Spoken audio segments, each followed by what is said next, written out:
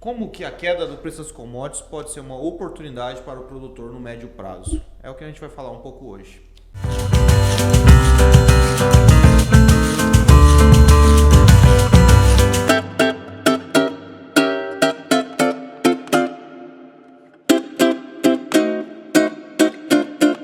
Olá pessoal, meu nome é Luiz, bem-vindo a mais um Conversa Agro.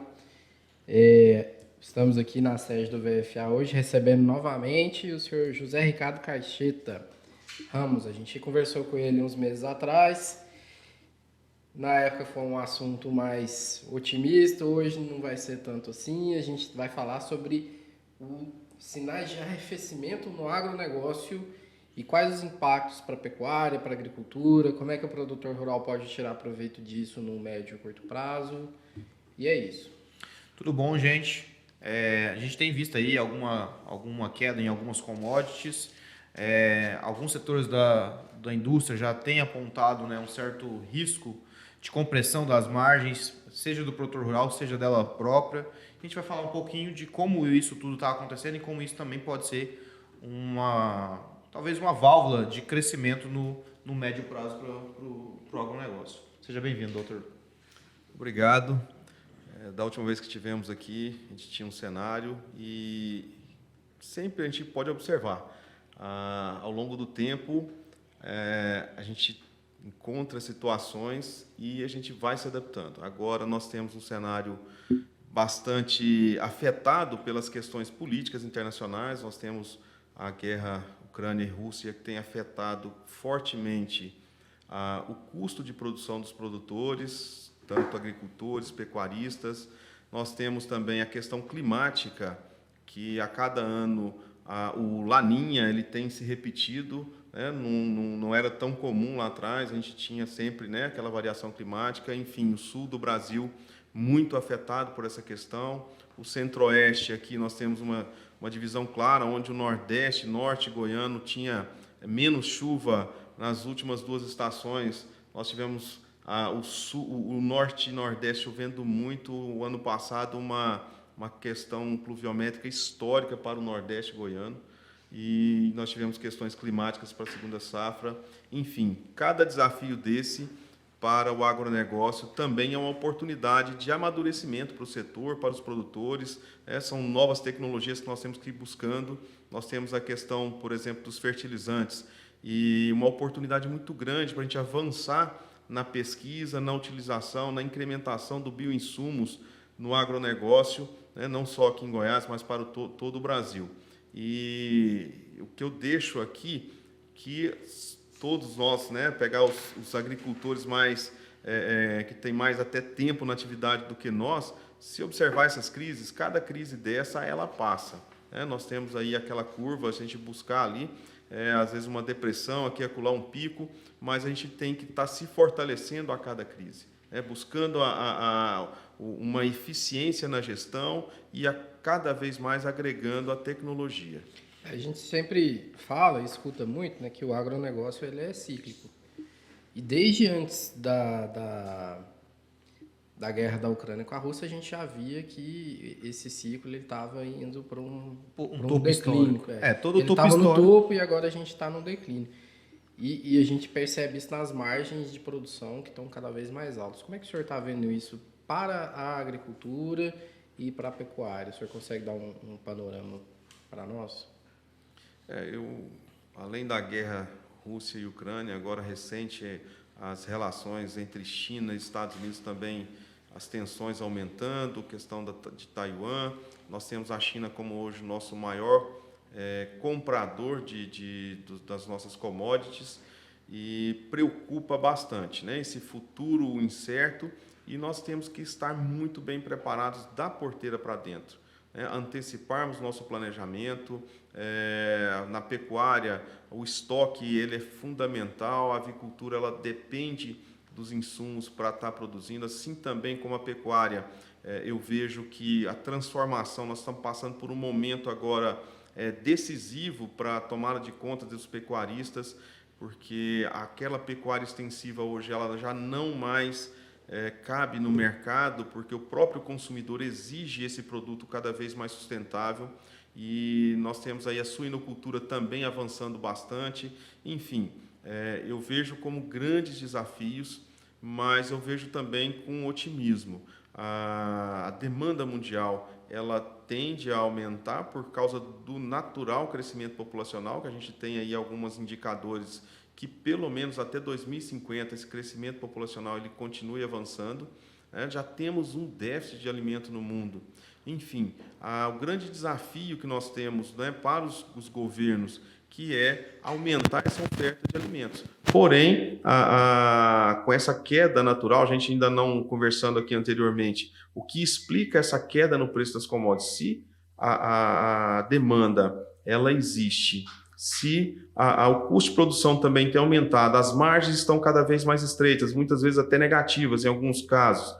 Então, assim, nós temos que estar muito antenados, buscar informação, né, ter um planejamento muito claro e bem definido e também a estratégia de abertura de novas áreas, né? Como vai ser isso? Nós vamos ter insumos para a próxima safra, o clima, né, nós já temos consolidado aí para esse próximo período, a próxima safra, ela vai ser plantada dentro de uma laninha com a perspectiva de uma situação climática muito parecida com a última safra. O pessoal do Sul já vem bastante sacrificado e os desafios estão lançados. Nós estamos aqui, como governo, Secretaria do Estado de Goiás, para garantir as políticas, a infraestrutura necessária para que tenhamos condições de produzir, de escoar essa produção. Nós temos aí uma política muito clara de diversificação de modal de transporte, né? Nós temos agora consolidado uma ferrovia Norte-Sul, vamos ter, né, o ramal que vai ligar também para o Mato Grosso, o ramal que vem para o porto de Ilhéus, enfim, nós temos que otimizar todos os nossos recursos, porque de agora em diante a gente percebe que as margens vão ser muito exprimidas. Eu pego aqui o exemplo da avicultura. A avicultura, o produtor, o empresário, ele faz conta em cada centavo de frango. Então, otimizar essa tecnologia, trabalhar no máximo da produtividade, da eficiência. Esse é o grande desafio para o produtor de agora em diante. Acho que uma grande pergunta é a chance de desabastecimento no mundo hoje, porque a gente pensa o seguinte, se a gente tem um problema de demanda alta, estoque baixo de alimento e, ao mesmo tempo, margens comprimidas, a gente tem, digamos, a tempestade perfeita. O produtor fica desestimulado, porque a margem dele não está tão favorável, eventualmente ele pode pisar um pouco do freio do investimento dele. Quando a gente investe menos, naturalmente se produz menos. Nós temos uma demanda que está muito grande ainda, né? E, ao mesmo tempo, nós temos estoques muito baixos. Como que a gente vai lidar com esse tanto de fator para que não falte comida lá na ponta final do consumidor? E também, como que esse consumidor tem lidado com tudo isso? Porque, de fato, o preço dos alimentos encareceu muito. Ele está comprando menos, não está? Ele está mudando a forma de se alimentar? Como é que você tem visto todo esse cenário? De tudo isso que você falou, ainda temos outros cenários, né? Onde é que nós vamos avançar, né? Onde estão as fronteiras agrícolas? A gente pegar o hemisfério norte, nós não temos mais áreas produtivas, eles já estão no limite da produção. Estados Unidos, Europa, enfim. Hoje, a grande expectativa de aumento de produção, ela recai para a América do Sul. A África também tem um potencial. Vai precisar de estabilidade política, né? A África, a gente percebe que a curto prazo nós não vamos contar com essa produção da África. Então, recai a expectativa para a América do Sul. E o grande território, vamos falar assim, o grande país da América do Sul, Brasil. É claro que nós temos ali ainda Bolívia, Paraguai e alguns países fronteiriços que juntos eles podem atender esse aumento de demanda e o déficit já existente. Esse déficit já é, claro, ele já é consolidado e esse é o desafio. Mas eu vejo muito mais aí a questão ambiental também. O Brasil, nós vamos abrir mais áreas? Eu penso que não. Eu tenho certeza que nós não devemos. Nós temos hoje uma legislação ambiental muito clara. O próprio mercado exige isso. Mas nós temos um potencial muito grande de avançar em cima de produtividade. Se a gente observar nos últimos anos o quanto se avançou em produtividade. né? Principalmente quando nós falamos agora, um pouco antes, sobre a pecuária de corte, o quanto nós temos para avançar na produtividade na pecuária de corte e liberar cada vez mais pastagens degradadas para essa agricultura que hoje ela vem muito profissional, muito madura. E Goiás, só para você ter uma noção, nós temos hoje cerca de 4 milhões de hectares de pastagens a serem com potencial para a agricultura, né? Mas para onde que esse boi vai? Esse boi vai para uma plataforma hoje muito mais tecnológica, onde a gente tinha, por exemplo, menos de um boi, 0,7, 0,6 cabeça por hectare, né? Uma produtividade baixíssima de arroba por hectare. Hoje a gente já trabalha com modelos aí com 7, com 8, até 12 animais por hectare, com uma produtividade aí acima de 20 arrobas, enfim. E assim a gente começar a ter uma pecuária, uma qualidade de produto também melhor, né? E a agricultura ir avançando. O norte de Goiás, não tenho dúvida que será essa grande fronteira agrícola aqui no centro-oeste, por causa do potencial que já temos. Já são áreas, né, sem derrubar cerrado, sem comprometer aquele cerrado que ainda é preservado.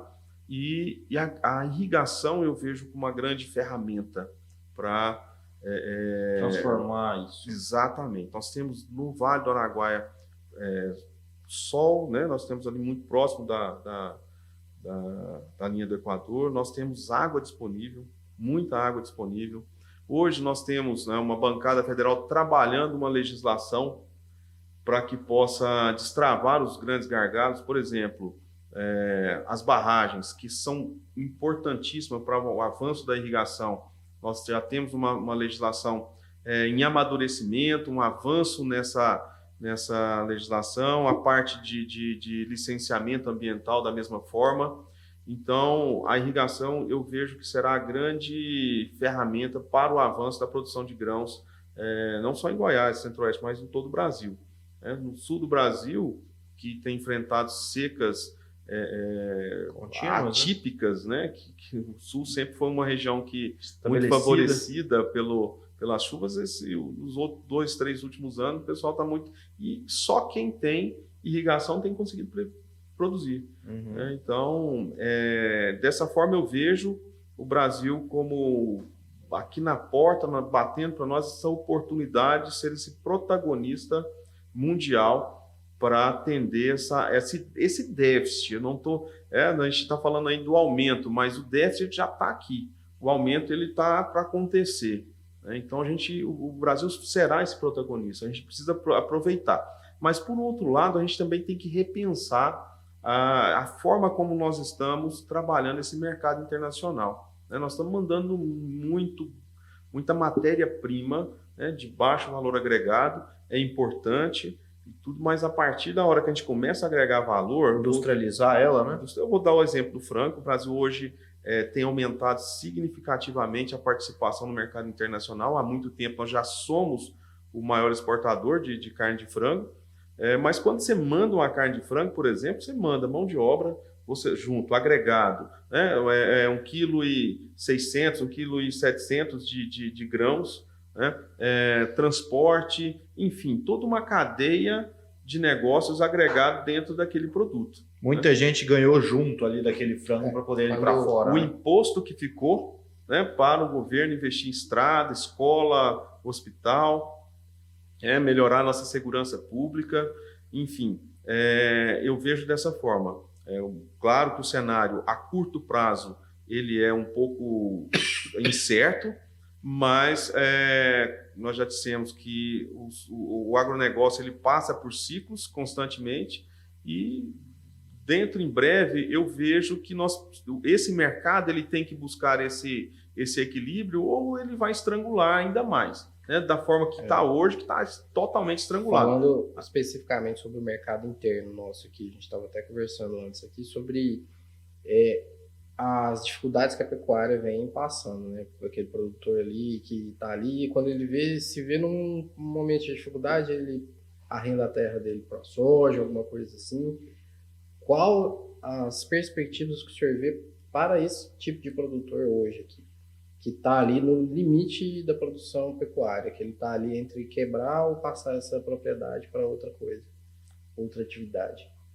É como bem você já colocou, ele tem duas situações, né? E uma terceira, que para mim é a mais viável, ele se profissionalizar. Eu não vejo o pecuarista, ele não precisa plantar grãos para ele ter uma mesma situação econômica do que o vizinho dele que planta soja. Ele precisa se profissionalizar. Né? Nós temos tecnologia e nós temos grandes cases de mercado, grandes confinamentos, grandes produtores e pequenos também, com viabilidade. Eu vejo como tecnologia e gestão. Né?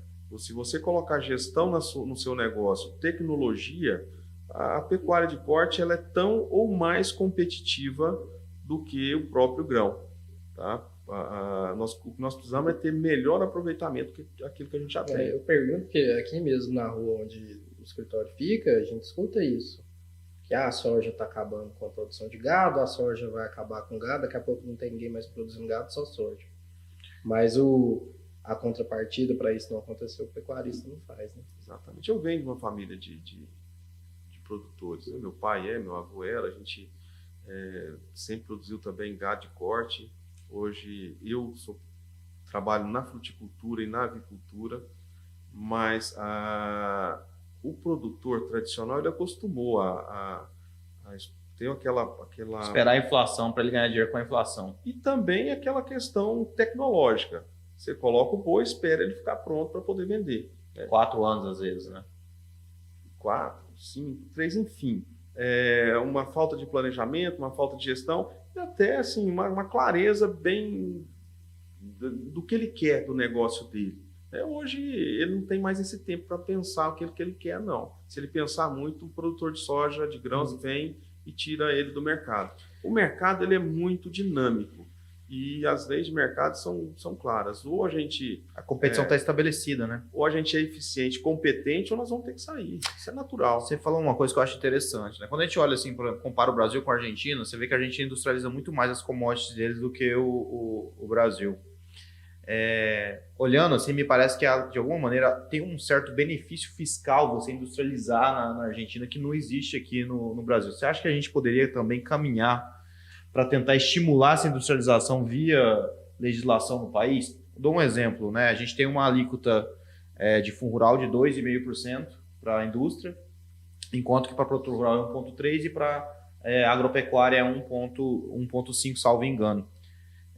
Não parece um pouco equivocado, pensando que a gente quer vender coisa com valor agregado, a gente cobrar mais tributo justamente daquela parte da cadeia que dá esse valor agregado? Ou não? Você acha que é pouco viável desse debate acontecer dentro do nosso país? Esse debate ele já vem acontecendo. Né? A própria Federação das Indústrias, todas as reuniões que nós temos, eu participo de uma câmara temática do agronegócio, a cada reunião esse é o grande tema. Então, assim, é uma discussão que ela vai muito além dessa questão tributária, ela passa também por uma política externa. Por exemplo, nosso maior consumidor hoje, a China, tenta vender farelo de soja para a China, ela não quer, ela quer o grão. Agora, tem países que querem, a gente tem que começar a diversificar esse mercado, ter uma política externa muito mais definida e agressiva ao mesmo ponto. A gente é muito passivo. Então, eu vejo que a questão tributária é fundamental. O custo Brasil ele é o grande gargalo. Nós precisamos passar por uma reforma tributária e ela é urgente. E nós sabemos que ela já está, essa discussão ela já está estabelecida e vem acontecendo a nível de Brasília, mas político, mas envolve também as federações, envolve também os setores. E acredito fortemente, era esse governo, né, essa gestão era para ter acontecido, nós tivemos muitos problemas aí políticos que travou essas discussões, mas eu não vejo como não trabalhar isso, enfrentar isso para esse próximo governo que entra. Seja ele qual for, né? Seja ele qual for esse próximo governo aí, ele vai enfrentar muitos problemas, tanto em relação ao agronegócio e possíveis crises que a gente possa passar aí, quanto ao crédito. O crédito, ano a ano, a gente está vendo o Plano Safra aí minguar, e quando o produtor não tem acesso ao plano safra, ele vai tentar o crédito convencional. É inviável, porque o custo daquele crédito é muito alto e, no final das contas, ele desiste, né? Tem muito produtor que não consegue o crédito e estagna a produção, arrenda ou vende propriedade e sai da atividade, né? Outra coisa que eu vi, até aproveitando que você faz parte da superintendência aqui do governo, né? Saiu notícia há pouco tempo de que desenvolveram variedades de trigo que são produtivas aqui no nosso cerrado.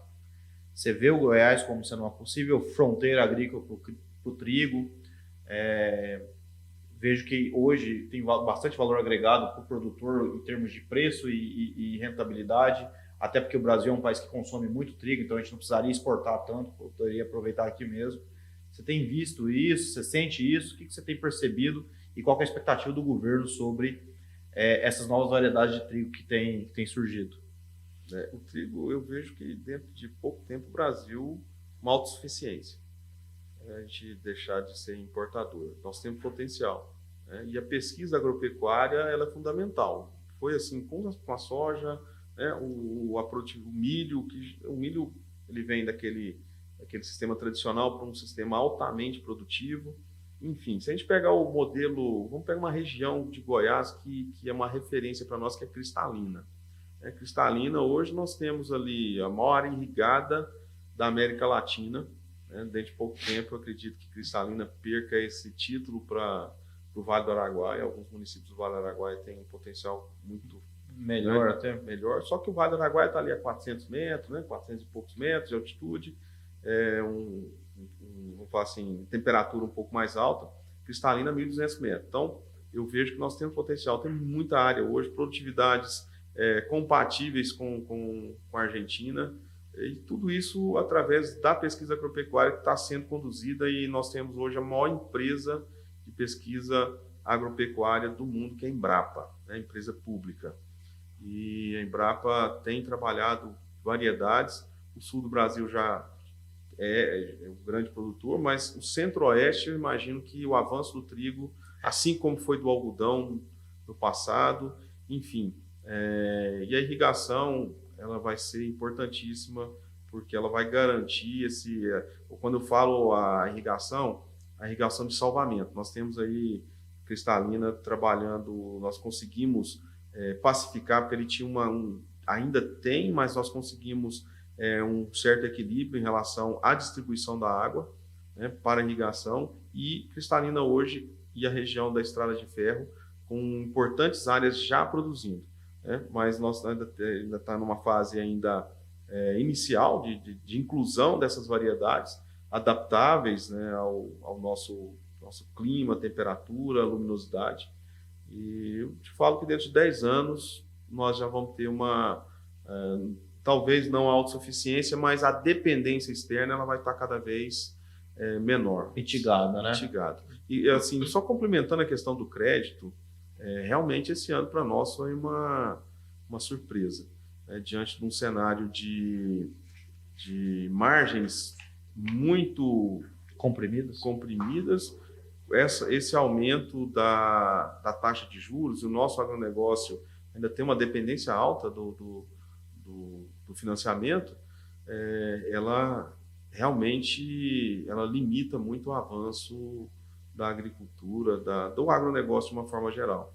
Nas nossas margens aí tem produção, por exemplo, não chega a 12% de rentabilidade, e nós já temos a taxa de juros de 12,5%. Mas nós temos que eu acho que está consolidado para esse ano, não tem o que fazer, né? E o produtor tem que estar com o planejamento dele muito bem feito, para saber até onde que ele pode avançar. Uma coisa que talvez o produtor possa fazer, né, é guardar um caixa maior, né, do que normalmente ele guarda, para poder encontrar melhores opções de compra, seja no caso da pecuária, uma compra melhor do bezerro, uma compra melhor da ração. Fala nem um caixa, né? Às vezes ele pode fazer um hedge aí, ou então um planejamento ali com uma contrapartida em alguma outra fonte de renda, para ele não ficar muito dependente. Se acontecer uma crise, ele quebra. Ele tem uma gordurinha ali para queimar, alguma coisa assim. Mesmo que a gente saiba que essa gordura vem sendo queimada aí nos últimos anos, né? Agora, por outro lado, a gente tem que considerar também o seguro, né? O seguro tem avançado, o produtor do sul do país, principalmente, vamos falar assim, muitos produtores não saíram do mercado graças a essa política do seguro, e nós temos aí o Banco do Brasil como grande Capitão dessa estrutura, esse né? canal, né, esse parceiro comercial do agro, e a taxa de juros altas, mas então sem seguro não dá para ir, né? Com essa incerteza climática, mercado, política, a política externa, como que vai ser, mas independente de posicionamento político, né, quem quer que seja que assuma em janeiro do ano que vem, o agronegócio é mais de um terço da economia. Qualquer retaliação, qualquer tipo de política negativa em relação ao agro é um tiro no pé. Prejudica o país como um todo, né?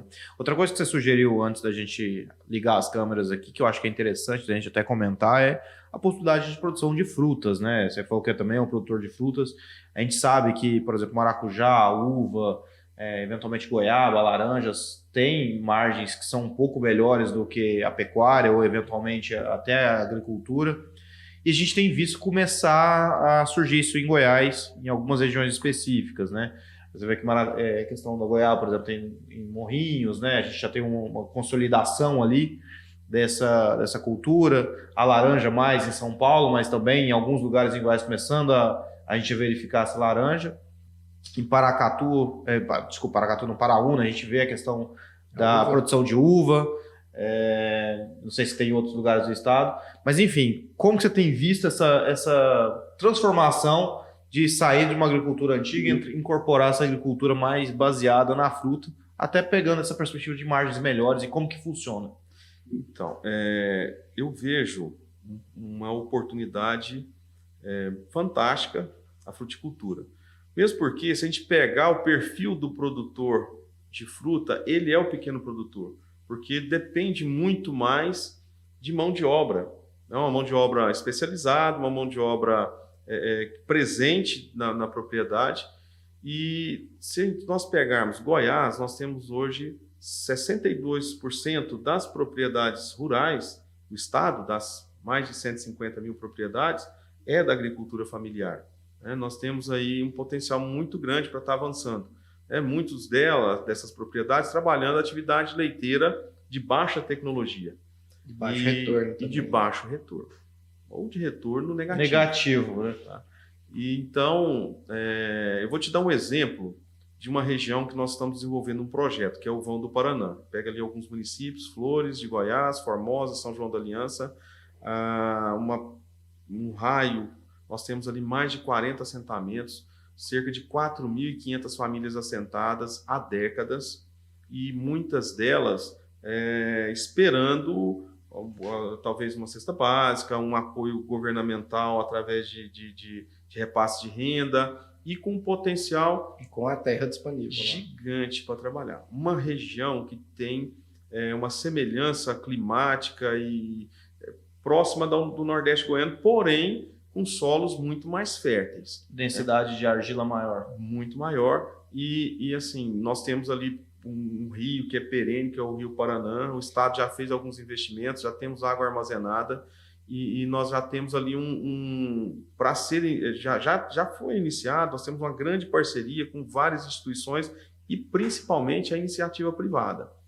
Então, a fruta, se você buscar alguns exemplos no Brasil, como Petrolina e Juazeiro, inclusive nós pegamos alguns produtores para olharmos alguns cases de sucesso lá dessa região, um hectare de fruta, ela proporciona ali, se for na uva, até 6 empregos diretos. Impressionante. Mas se a gente pegar na média, diretos, na atividade, 3 empregos, na média. O ano todo, né? O ano todo. Agora, fora o indireto. O que a gente pode, vamos falar assim, provocar no desenvolvimento regional? Né? A região Nordeste, que tem o menor IDH do estado, nós podemos transformar essa região através da fruticultura. Se tornar um centro de distribuição de frutas, né, aqui da nossa região. Se você considerar cada propriedade dessa de assentamento tem 6, 7 alqueires, né?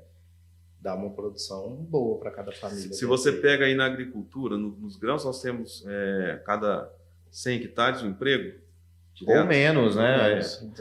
Você consegue hoje, por exemplo, tem produtores que a gente conhece que com pecuária- 1.200 com 2 funcionários. A pecuária de corte, aí você pega 1 hectare com 3 diretos, chegando a 5, né, diretos e indiretos, você transforma qualquer realidade econômica e social. Com um retorno para a família que está produzindo ali. Não só os empregos, mas para a própria família. Né? Então, assim, a gente vê, né, contextualizando, né? No momento de crise, acho que a gente fica mais aberto a novos negócios, novas oportunidades, novas aprendizagens, porque você está reaprendendo a atividade, entrando num mercado novo, como é o de fruta. Você vai falando, o produtor de leite às vezes está tendo prejuízo com aquilo dali.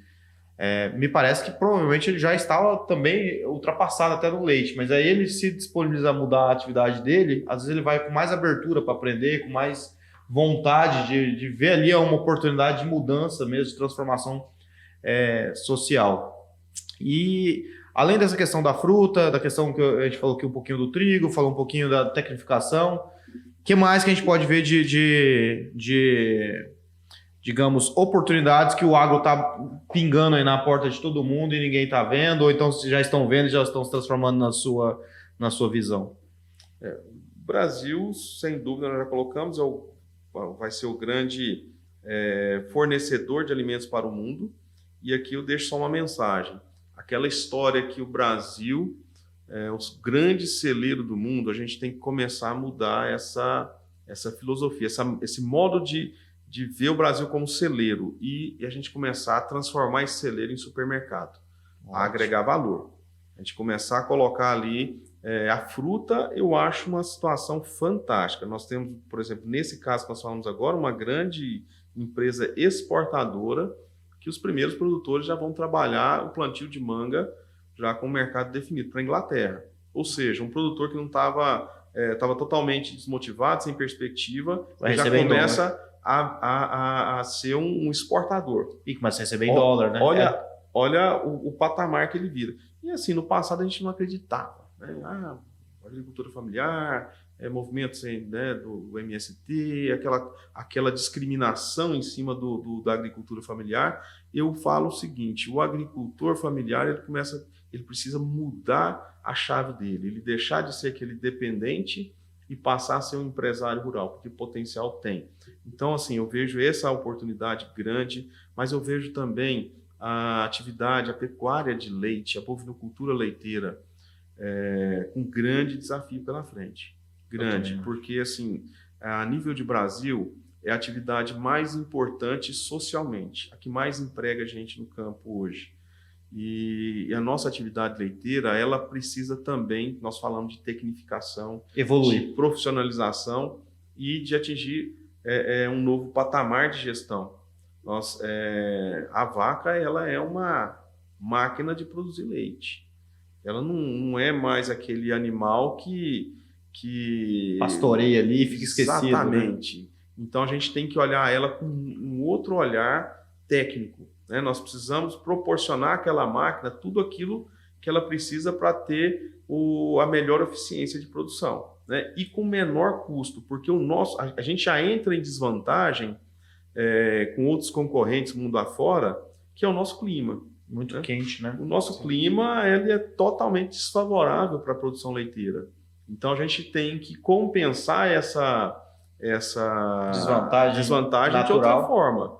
Tá? Mas nós também temos, por outro lado, as áreas nossas são, né, nós temos terras mais baratas, nós temos mercado aqui na porta, nossa produção de leite, nossa exportação de produtos lácteos, ela ainda é incipiente em relação a outras atividades. Então, eu vejo a atividade leiteira como um grande desafio e vai passar por uma seleção natural de empresários, né, e passar a ser grandes, né, grandes uma assim, consolidação entre quando eu eles, falo né? grande, não é em tamanho, mas grande em eficiência, né? Assim como a agricultura familiar. Eles podem ser grandes produtores em pequenas áreas. Eu vejo uma outra vantagem que o mercado, uma das poucas vantagens, né, assim, natural que o Brasil tem com a questão do leite, é a proximidade da ração. Então a gente tem locais que produz aqui soja, milho, sorgo, enfim, casca de algodão, todo tipo de coisa, e a gente está dentro do mesmo país encontrando essa coisa. Eu acho que digamos, essa vantagem, nenhum outro país talvez tenha fora os Estados Unidos, né, de ter uma qualificação. Tem país que busca milho e soja daqui para tratar da vaca de produzir leite, né? A quantos mil quilômetros de distância, né? Com frete caríssimo. Que hoje um dos grandes gargalos nossos é logística não nacional, mundial. Mas aqui no Brasil a gente precisa também avançar muito na logística. Mas eu entendo também que falta gente, a gente vê a questão da pecuária de leite, tem um problema sério ainda de profissionais, né? Poucos profissionais capacitados, a grande maioria dos veterinários vão buscar a pecuária de corte, a gente tem problemas com produtores, é um mercado que, apesar de socialmente ser muito importante, parece que ele foi esquecido assim, né? Como um mercado mesmo, né? Não tem padronização do leite ainda. Agora, se a gente pegar o maior exportador, né? O grande case de sucesso mundial de leite, de lácteos, né? Que é a Nova Zelândia, quantas empresas, né? Grandes empresários do setor estão investindo aqui no Brasil. Vamos pegar a Leitíssimo aqui na Bahia, na região seca, quente, os caras estão produzindo com eficiência, né? Preservando os 40% das áreas, né? Modelo para nós. Então, o Brasil, sim, é viável, nós só precisamos amadurecer e crescer e desenvolver, né? A tecnologia vai ser para mim, é o diferencial nisso aí. É a mudança de chave que a gente precisa passar. Já caminhando para o final aqui, já obrigado comigo ali, falando que acabou o tempo. Eu confesso que comecei a conversa bem pessimista, que para mim esses sinais de arrefecimento eles eram piores do que o senhor mostrou que são, na verdade, tá? Então, eu agradeço muito a presença do senhor de novo aqui, é a segunda vez que o senhor participa do nosso podcast, e me deu um pouco mais de esperança para o futuro do agronegócio, porque eu estava bem preocupado com o caminho que a gente estava tomando, mas o senhor me deu um sinal de otimismo aí. E assim, agradecer também a presença do senhor e falar para as pessoas, né? É possível melhorar, é possível transformar, é possível evoluir, é possível produzir mais com menos área.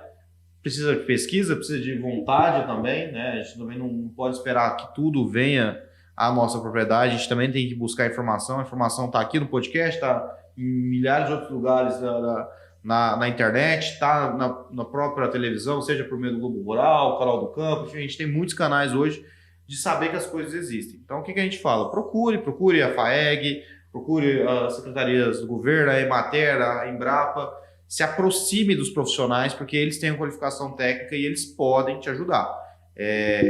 A gente tem crédito disponível, apesar que as taxas sejam altas, ainda está disponível. A gente tem o conhecimento científico para poder desenvolver. Precisa agora que cada um também assuma a sua parcela de responsabilidade e procure ajuda, né? Se estiver sentindo ali que está difícil, que está complicado, enfim, que as portas estão se fechando. Tem como abrir de novo as portas, não é isso? Então, para concluir aqui, eu também não quero despreocupar ninguém, tá? Nós passamos por um cenário desafiador, como nós já falamos. Mas nós já passamos por cenários piores. E hoje nós estamos muito mais preparados. Os nossos empresários rurais estão muito mais maduros. Tá? E nós temos condições de superar essas dificuldades, vamos falar assim, não com facilidade, mas muito mais rápido. E, como eu te disse, o principal hoje, que é o alimento, nós temos que pensar que o mundo ele não vai parar de comer, as pessoas não vão, porque senão o conflito ele vem. Né? Os conflitos acontecem basicamente por água, terra, mas o principal, comida, alimento. Né?